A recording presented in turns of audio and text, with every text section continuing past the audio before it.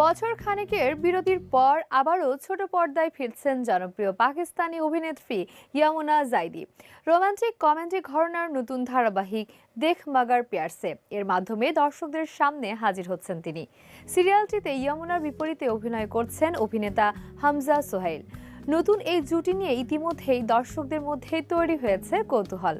সিরিয়ালের টিজার প্রকাশের পর থেকেই সামাজিক যোগাযোগ মাধ্যমে ইয়ামুনার নতুন লুক ও অভিনয় শৈলী নিয়ে শুরু হয়েছে আলোচনা।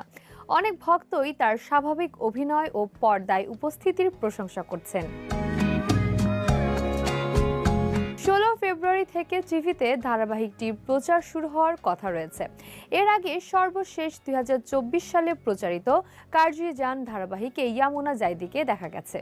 2012 সাল থেকে ছোট পর্দায় কাজ শুরু করা ইয়ামুনা জাইদি এক দশকের বেশি সময়ে ক্যারিয়ারে নিজেকে পাকিস্তানের অন্যতম জনপ্রিয় ও শক্তিশালী অভিনেত্রী হিসেবে প্রতিষ্ঠিত করেছেন।